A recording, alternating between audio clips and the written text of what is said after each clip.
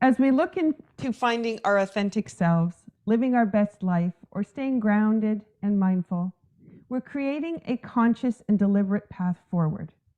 This requires effort, willpower, determination, and focus. What if we could eliminate the effort? What if we could transpire a situation by an energetic connection to its integrity and beauty? And what if the power of intention was open to transformation when we let go and connected with universal energy? For some, this journey seems unbelievable, or some would call it the woo-woo stuff. That's what energy healers do. And when we look at the power and science of intention, it is so much deeper than a wishful thought. It's not a linear journey, but a curiosity to face the unknown and then to be empowered by its possibility. With this opportunity to surrender and to be vulnerable, we find the nuggets of true possibility and our ability to find the highest potential within.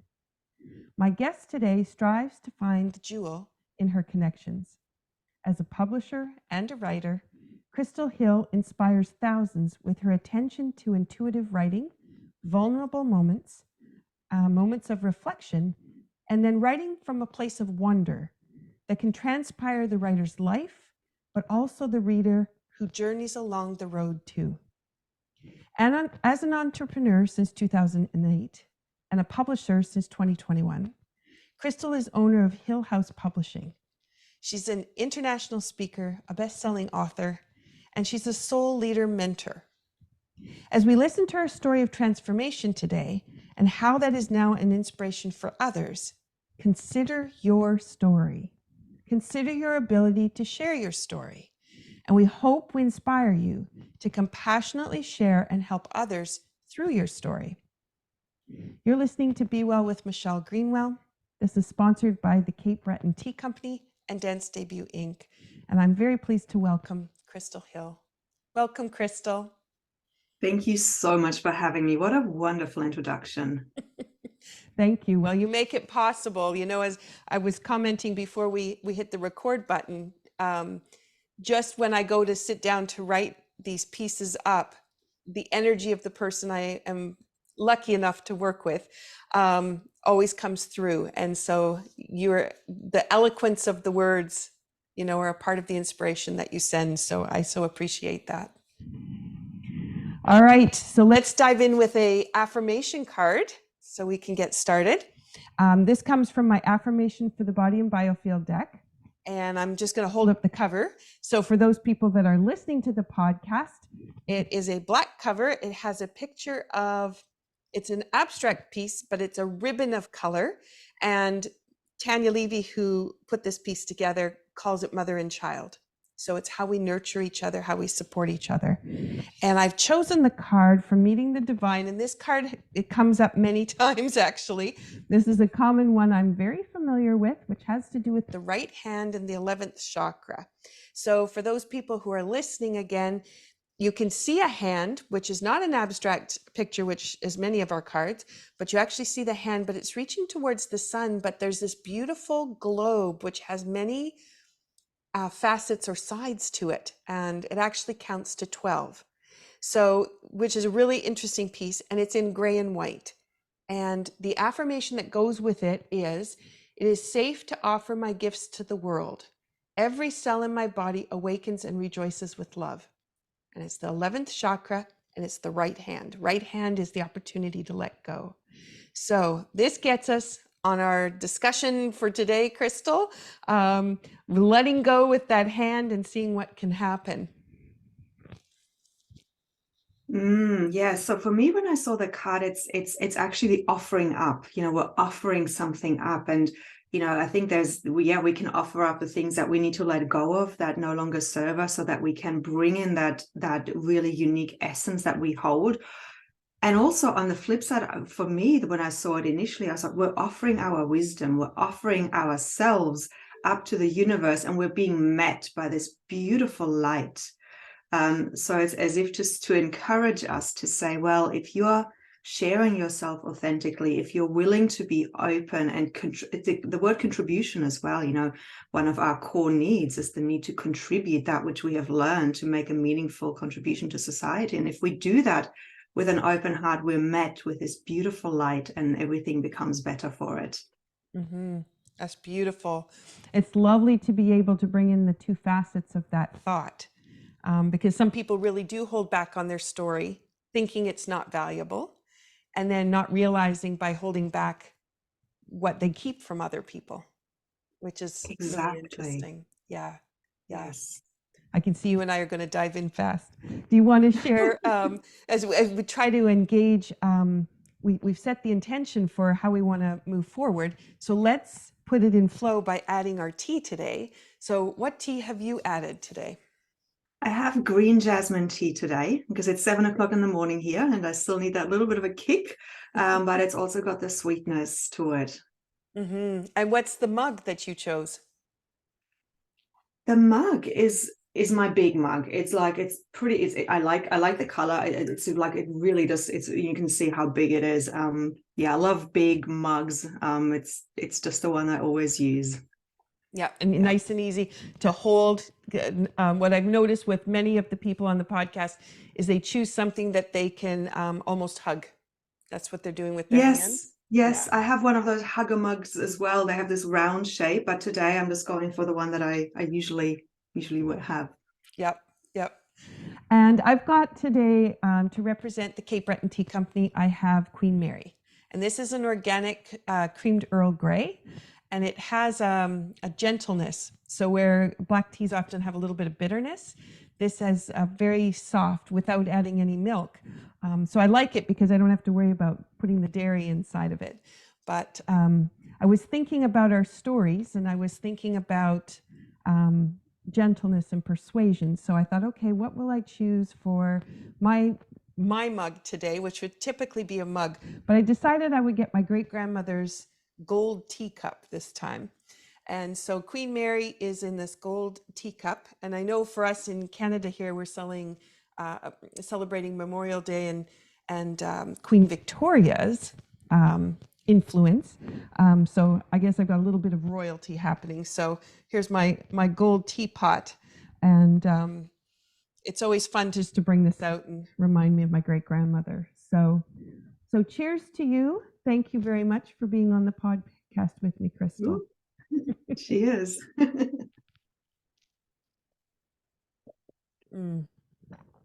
Okay. So with that, let's begin our journey of discovery and let's go into the personal opportunity of transformation. And this is where we have the opportunity to look at the kinds of things that you chose to do in your life, different kinds of education. And then at the point where you said, I need to do something different. And then how that moved you into the healing work that you do. And then of course, we'll move forward to your publishing company, but let's start with your education and some of your background. Absolutely. So I grew up in Germany as the daughter of a church minister, which immediately brings you into some kind of, stereotype of who you are and as the good girl and potentially the people pleaser, which definitely were traits that accompanied my journey together with what I call the silent rebel, because I, inside of myself, always questioned things and always questioned the status quo. But I was, through my conditioning, not one of the loud ones. I was like the introverted rebel, so to speak. After school, I went to England, and in my gap year, I actually did the foundation year of the Steiner education, or world of education, as you call it in American Canada. Just to figure out, well, what do I want to do? I've always known I'm here to help people. But when I was 18, I thought, well, maybe that's the only way I know how to do that is through studying psychology. But that didn't really resonate with my more creative being. I was always very curious about why do people do what they do and what makes them tick.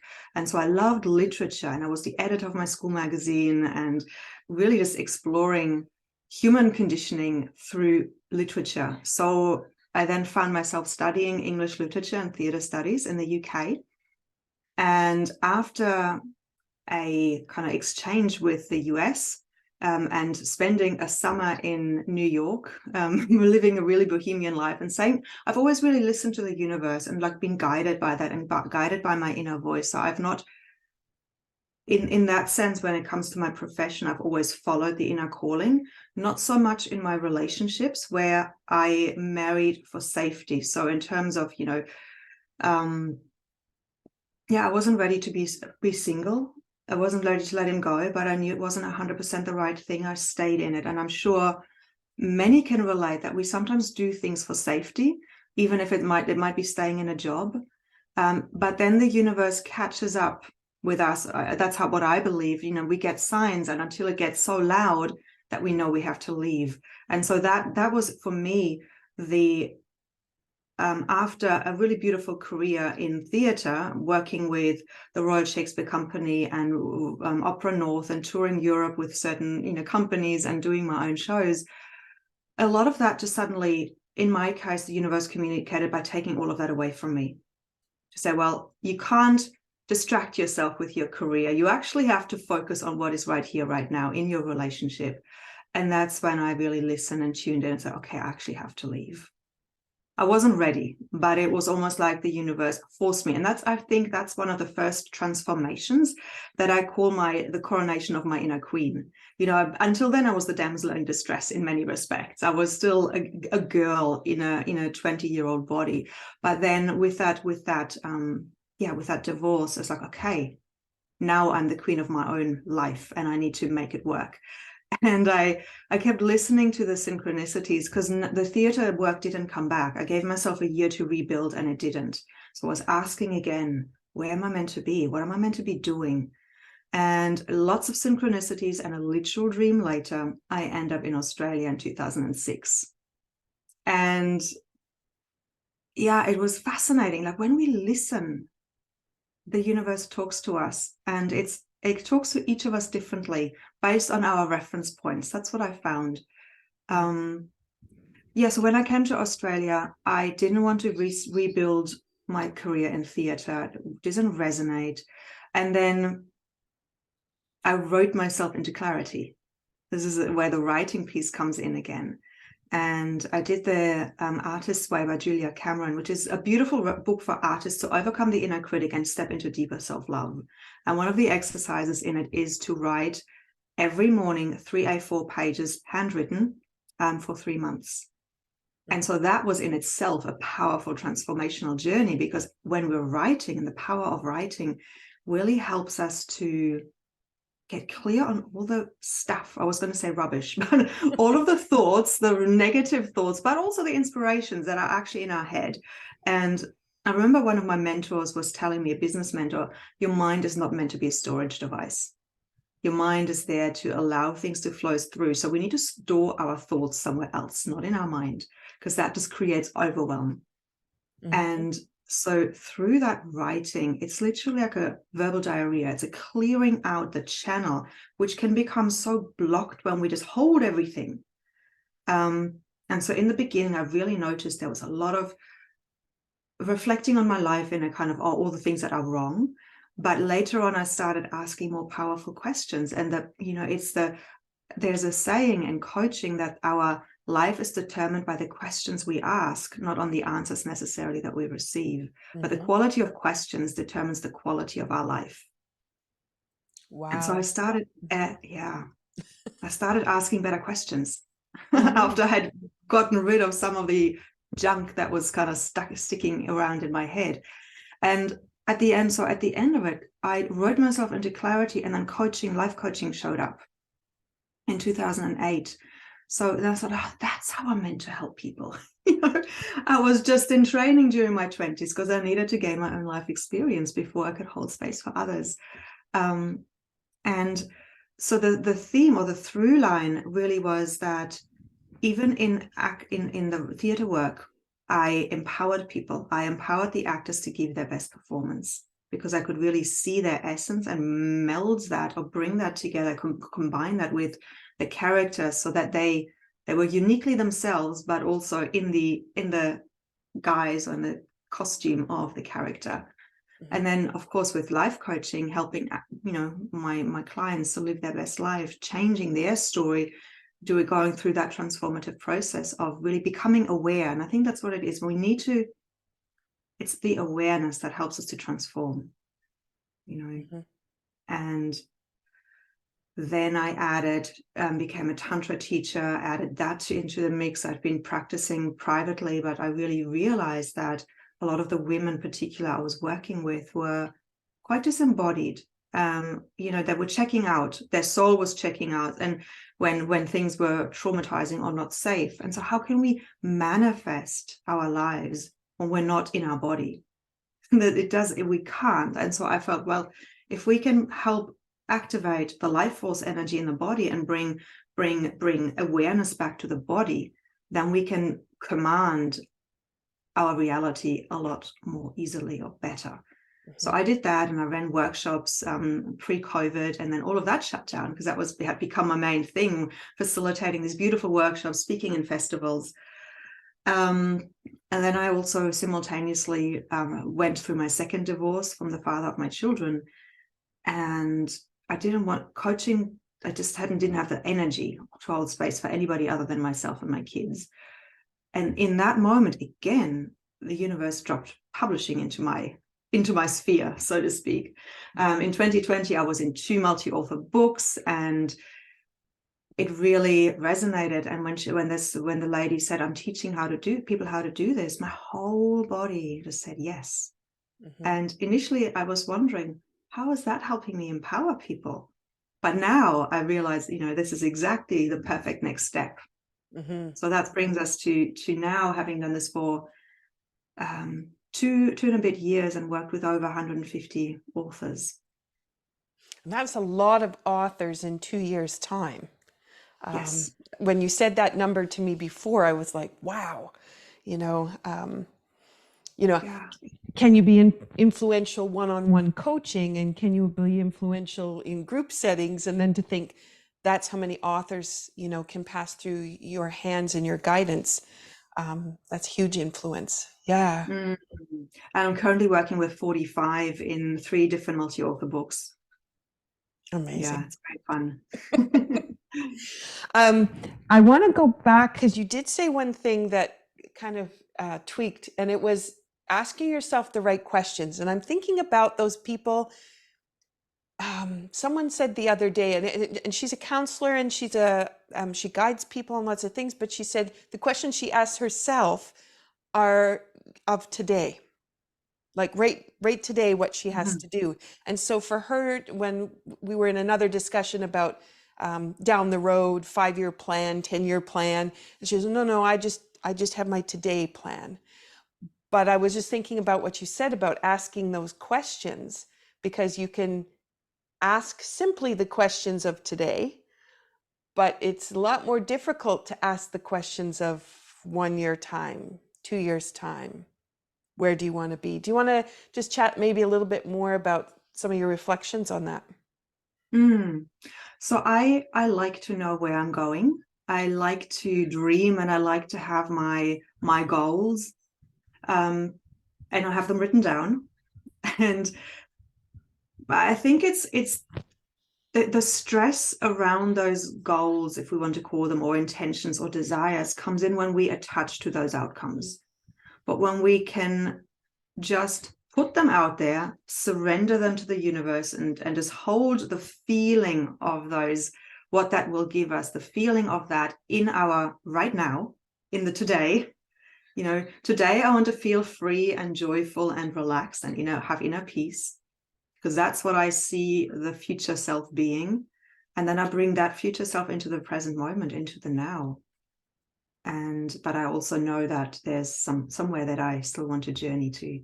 So that's how I deal with the present and the future. Beautiful.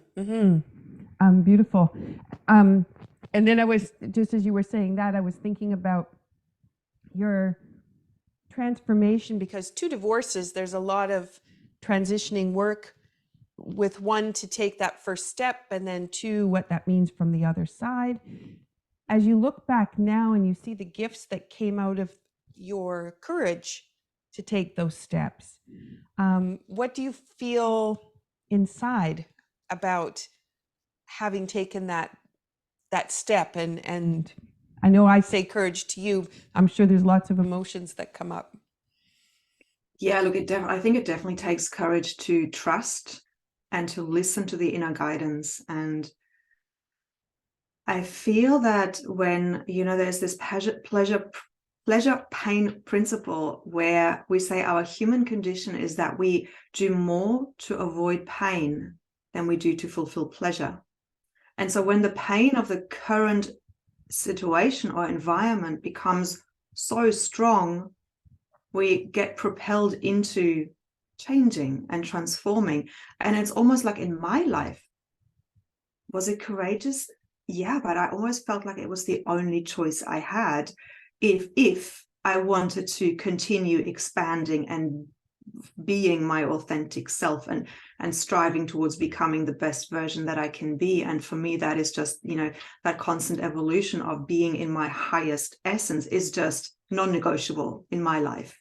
And so when I come to those thresholds of making a decision, and I ask a question, will this move me forward into who I am, or will this kill me inside of myself?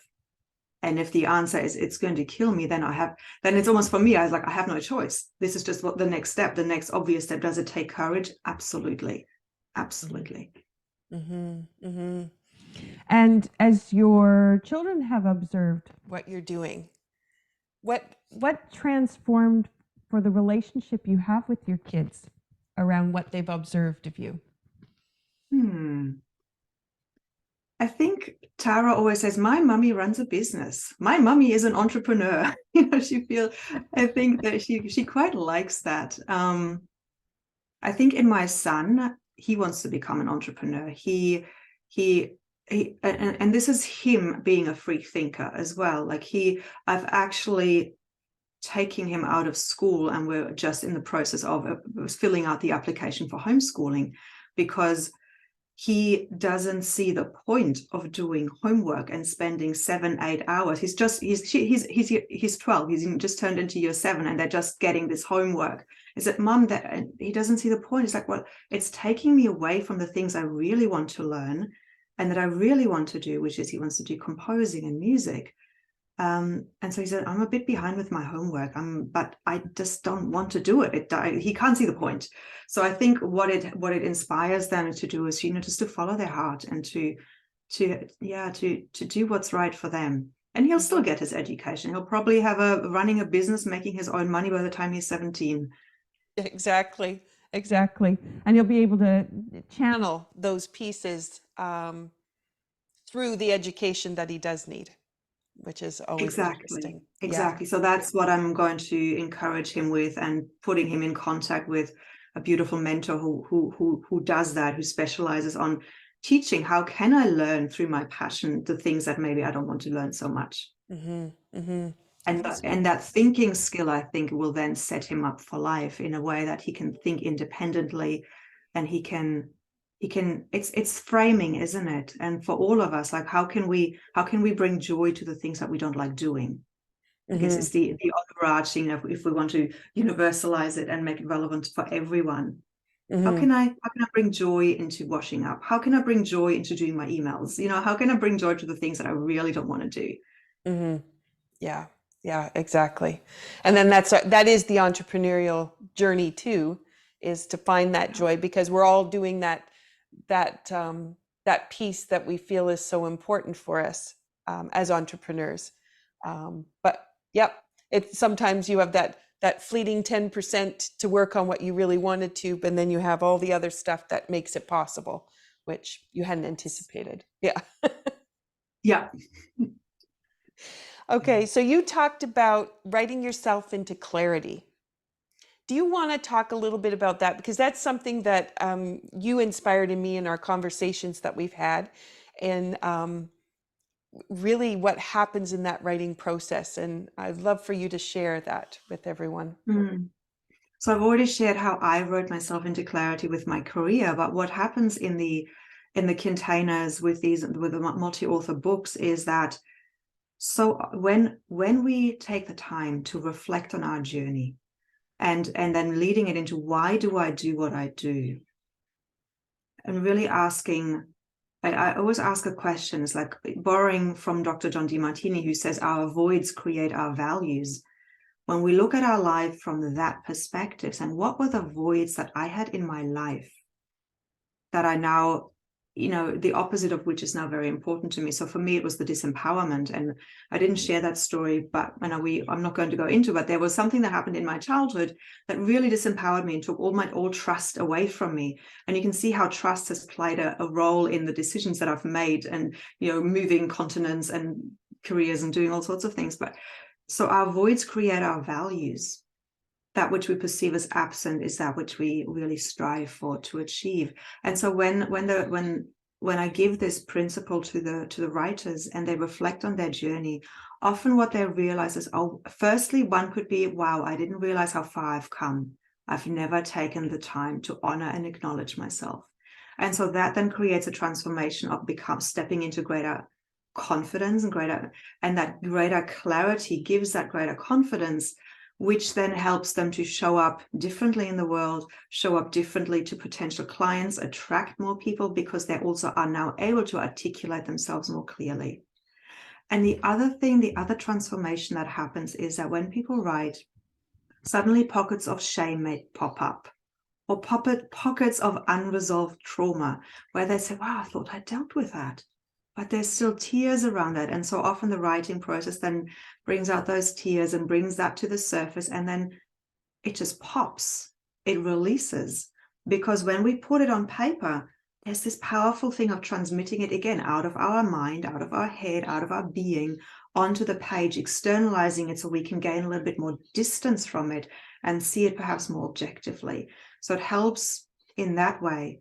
And one beautiful thing I never forget, one of my authors was saying is like, I've now shared my story and I feel I no longer need to carry it. It's now, I've released it back into the universe. It is now the universal, the global story, that everyone's story. And I thought that was really beautiful. Mm-hmm. Mm-hmm.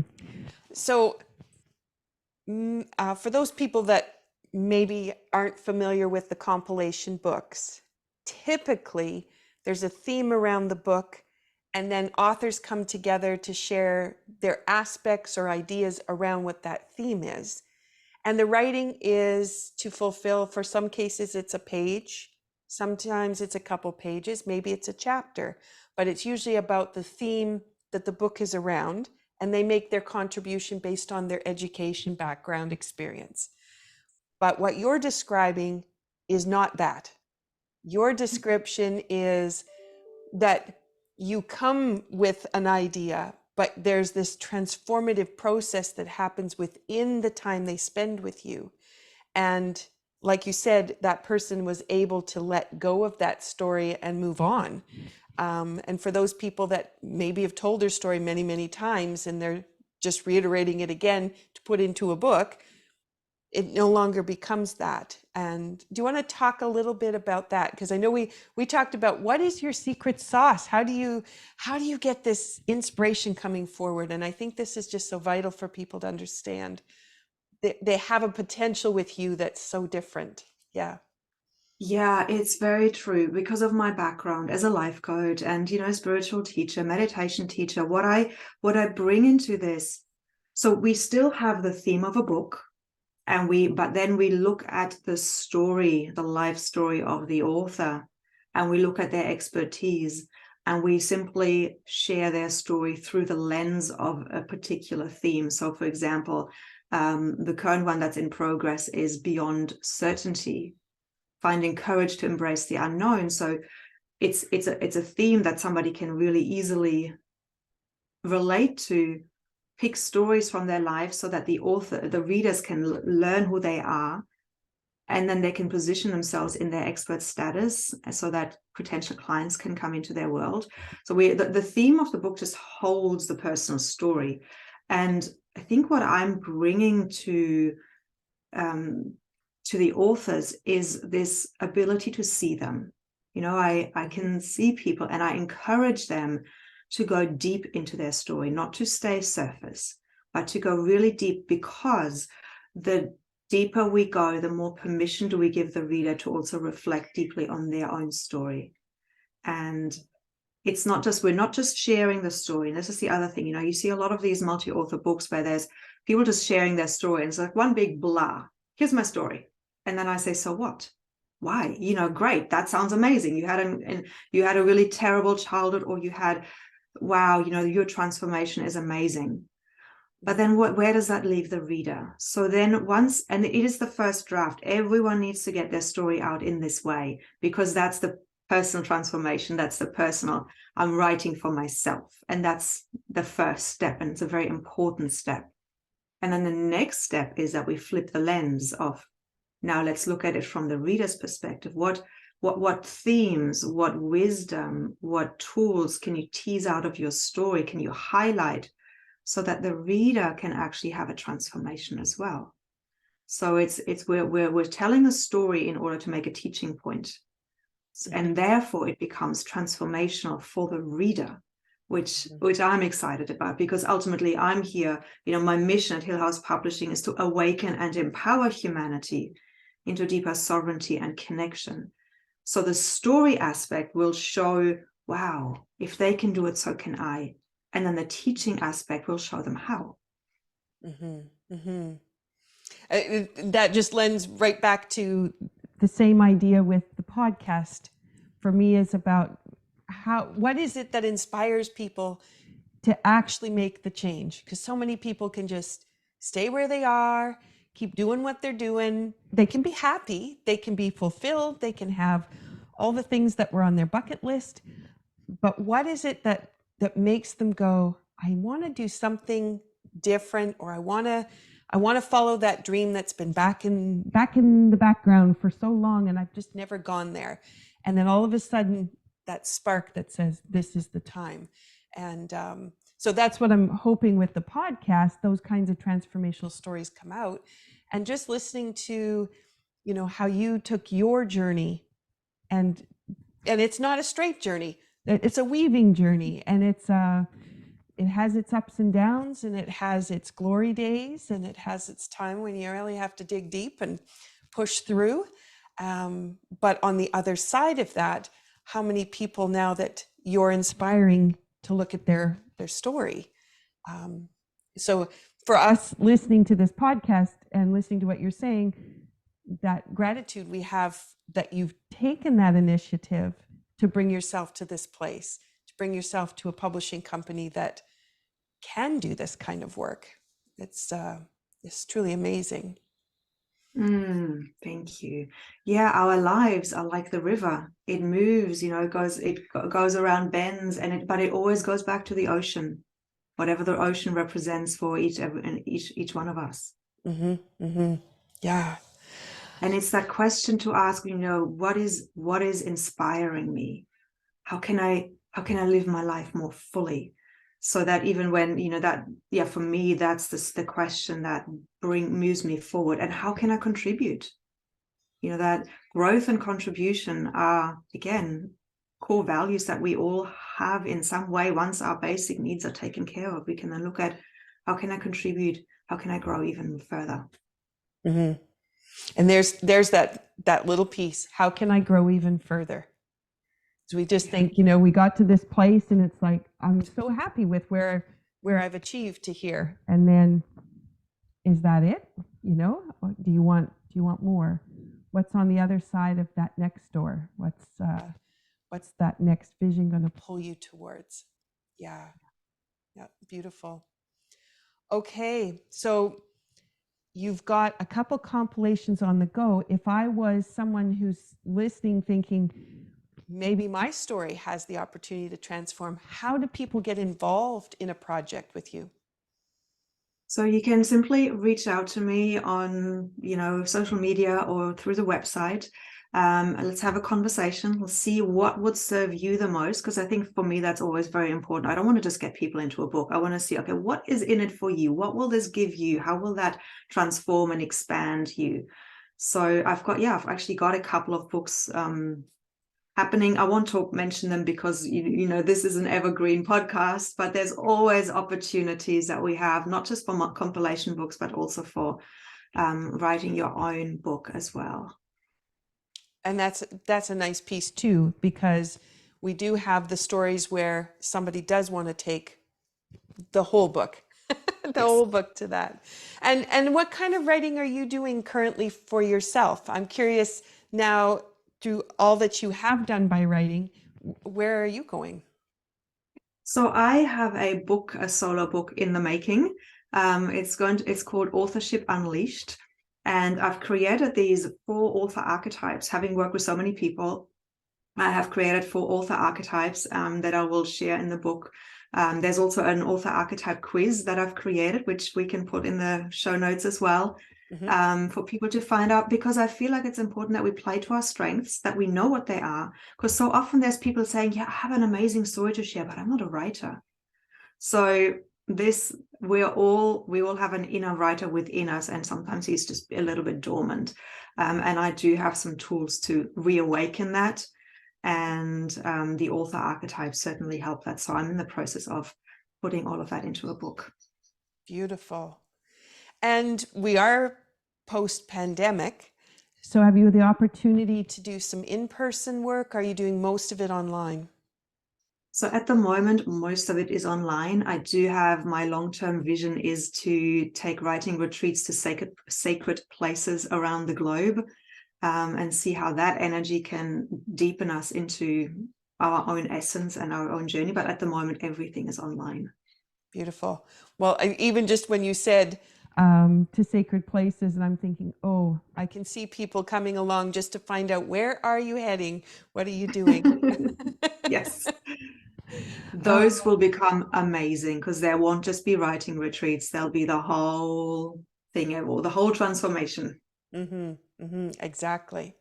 Oh, beautiful. Okay, can you share a little bit how people can find you? So we've got that right at their fingertips.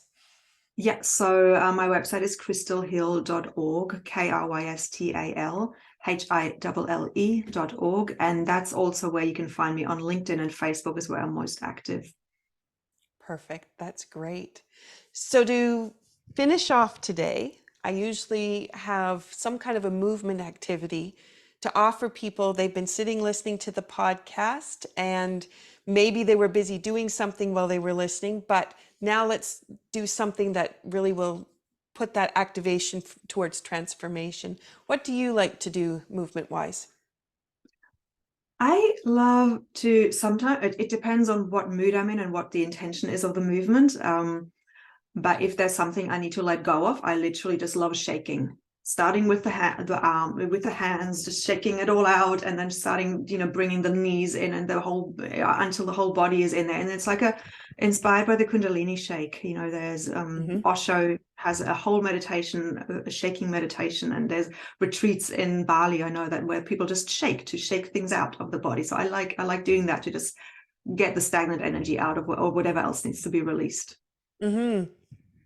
That's interesting as you said that, because I was thinking about what I wanted to offer in movement, and it actually lends itself that if you spend that time doing that shaking and opening and getting the chi really flowing through, then what I wanted to offer today is a 5-sense awareness walk, and taking a walk that includes each of the senses. So once you've awakened all that, and then you have that chi flowing through, the senses do really get heightened. So that lends itself. So anybody listening who would like to give this a try, you'll be able to take what you've offered and what I'm going to offer here, and put it together. And I think it'd be pretty powerful.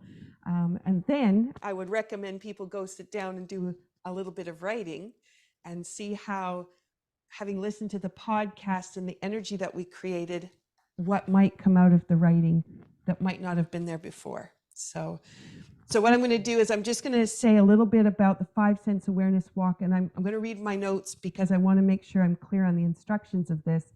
For anybody that decides they want to go do it, you'll be able to re-listen to this part of the recording. So if you can walk barefoot, which would be lovely to be able to put your feet on the earth and maybe into the grass, or in my labyrinth, I can walk on herbs. As you take your first few steps, be aware of your feet, and then be aware of the joints, and then your posture and your head position.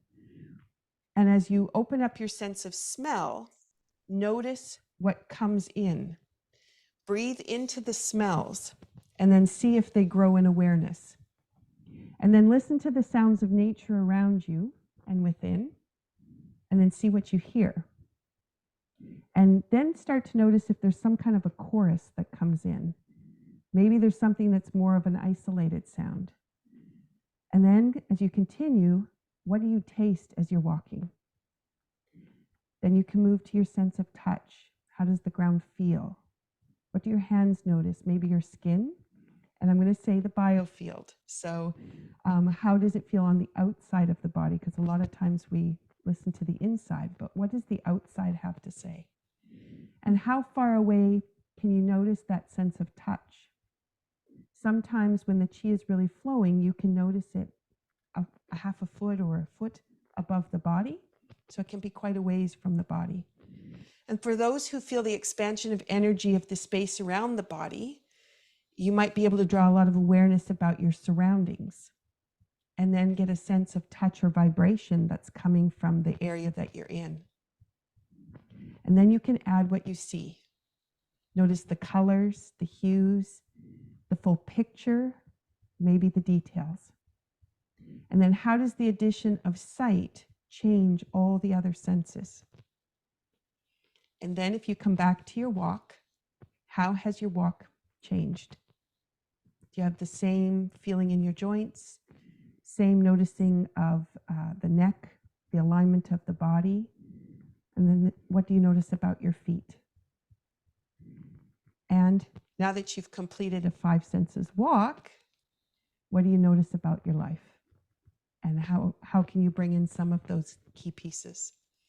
And with all of the lovely things that you've shared, Krystal, the opportunity to be able to go and write will be beautiful at this point. Yeah. And just so people know, the 5 senses awareness walk was something that, as I sat down to work on this script and tuned into Krystal's energy, that's what came out. And I'm so excited to actually go to my labyrinth now that we're in spring and I can do that, to be able to walk the labyrinth and bring in all those senses. So I appreciate what you inspired for me. That's so beautiful. And what I love in you sharing this walk is that, yeah, we become so aware, you know, there's that word again that's sort of been coming through this podcast. We become so aware of who we are and how we're feeling in that moment. And from that awareness, there might be new things that come out, as you said, in terms of the writing that would have otherwise stayed locked away. So thank you so much for sharing that too. My pleasure. Krystal, it was lovely to chat with you today, and I appreciate you coming on the podcast and sharing your wisdom, and I wish you the very best as you move forward, the books that are on the roster at the moment, but also what's coming up for you in the future. I wish you the best with that. Thank you so much, Michelle. Season 3, we're devoted to the transformational process that happens when people reach into their authentic selves and create magic. Our season has several different focuses within the month, and we hope that they inspire and empower you to consider living your true heart's desire with the love and compassion for others at the forefront. Thank you for joining us. This is Be Well with Michelle Greenwell, wishing you well-being.